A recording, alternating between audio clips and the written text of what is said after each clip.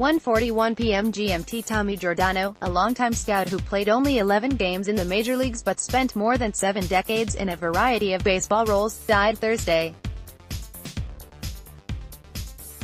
He was 93, known affectionately as T-bone. Giordano got a blood infection in December, his daughter Gail Przeclawski said. He died at her home in Orlando, Florida, after the family decided against further treatment. Giordano worked for the Atlanta Braves as baseball's oldest scout through last season, his 71st in professional baseball. He had intended to come back for another year until he became ill. "I can't wait to get up in the morning and go to the ballpark," he said in a 2016 interview with the Associated Press. "I'm still in baseball, so I must have been doing a pretty good job." Giordano, a slick fielding middle infielder, played in the minor leagues for a dozen years. His only appearance in the majors came toward the end of the 1953 season, when he was called up by the struggling Philadelphia Athletics. He had a memorable debut at Connie Mack Stadium, homering off 20 game-winner Virgil Trucks of the Chicago White Sox in his second career at-bat. But Giordano hit only .175 with 2 homers and 5 RBI during that 11-game stint and never returned to the show. The Athletics played just one more season in Philadelphia, moving first to Kansas City and eventually to Oakland. Giordano spent most of the 1953 season with Savannah in the Class A South Atlantic League, where he met future home run king Hank Aaron, then an up-and-coming prospect with Jacksonville. Aaron led the Sally League in almost every offensive category except one. Giordano hit 24 homers, 2 more than the Hammer. Tommy Giordano, a longtime baseball scout whose biggest prize is combing the backwoods and backwaters for potential future stars were Cal Ripken Jr.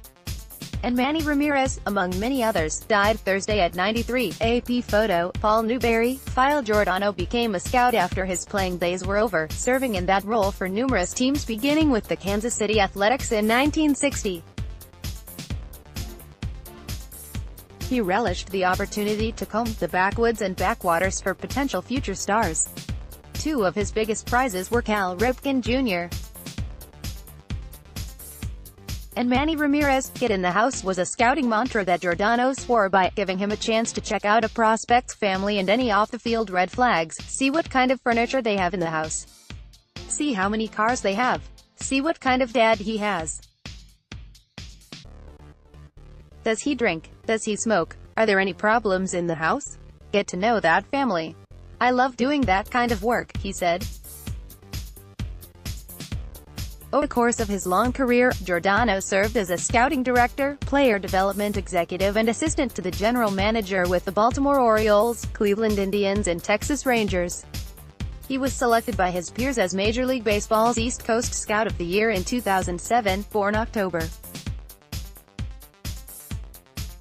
9, 1925 in Newark, New Jersey. Giordano's baseball career almost ended not long after it started.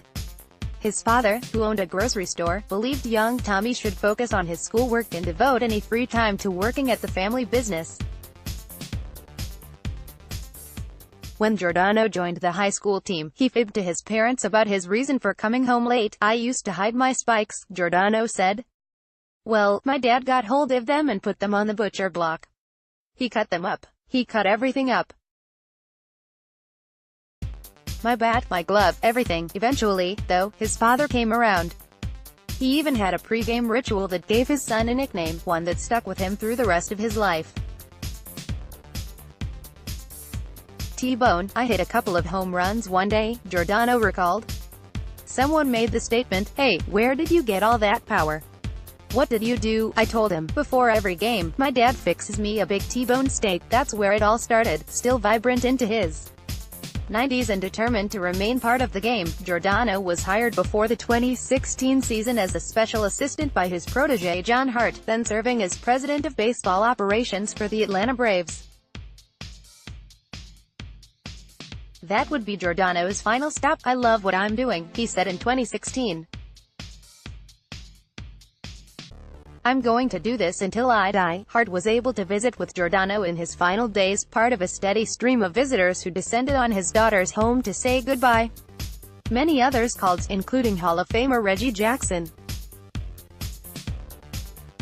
In a text to the AP, Hart wrote that Giordano was like a father to me, and I have been so blessed to have him in my life. Giordano is survived by 2 children, 2 grandchildren, 4 great-grandchildren and 2 brothers.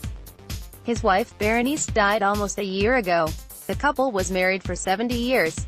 A memorial service is scheduled in Orlando on March 10. The family also plans memorial services in Newark and on Long Island, where Giordano and his wife lived for many years before moving to Florida.